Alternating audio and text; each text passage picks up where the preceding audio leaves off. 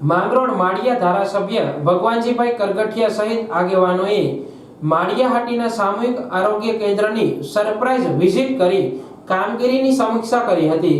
માંગરોળ માળિયાના ધારાસભ્ય ભગવાનજીભાઈ કરગઠિયા, તાલુકા પંચાયત પ્રમુખ દિલીપસિંહ સિસોદિયા, પૂર્વ જિલ્લા ભાજપ પ્રમુખ ઠાકરસિંહ ઝાવિયા સહિત આગેવાનો સામૂહિક આરોગ્ય કેન્દ્રએ પહોંચ્યા હતા, જ્યાં જનરલ ઓપીડી, દાંત વિભાગ, લેબોરેટરી, આંખ વિભાગ, દવા વિભાગ, દાખલ વિભાગ સહિત વોર્ડની મુલાકાત લઈ સમીક્ષા કરી હતી।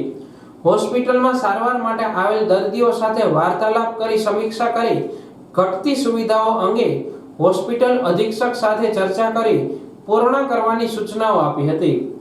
આ તકે સામૂહિક આરોગ્ય કેન્દ્ર આગામી દિવસોમાં નવનિર્માણ થનાર હોય તે જગ્યા અંગે પણ સમીક્ષા કરી નાના મોટા ફેરફારો અંગે મેનેજમેન્ટ સાથે ચર્ચા કરી યોગ્ય કરવાની ધારણા આપી હતી।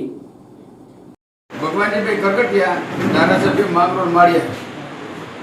ગુજરાત સરકાર દ્વારા આપણા મુખ્યમંત્રી અને આરોગ્ય મંત્રી ઋષિકેશભાઈ પટેલ દ્વારા માળિયા વિસ્તારમાં એક આધુનિક હોસ્પિટલનો મંજૂર કરવામાં આવી છે, જેમાં રાજેશભાઈ ચુડાસમા અને મેં પોતે ખૂબ જ પ્રયત્નો કરી અને સરકારમાં અવારનવાર આગેવાનો સાથે જઈને રજૂઆત કરતા સરકારે આ હોસ્પિટલ માળિયા મુકે મંજૂર કરી છે અને ટૂંક સમયમાં એનું કામ ચાલુ થાય એવા અમે પ્રયાસો કરી રહ્યા છીએ।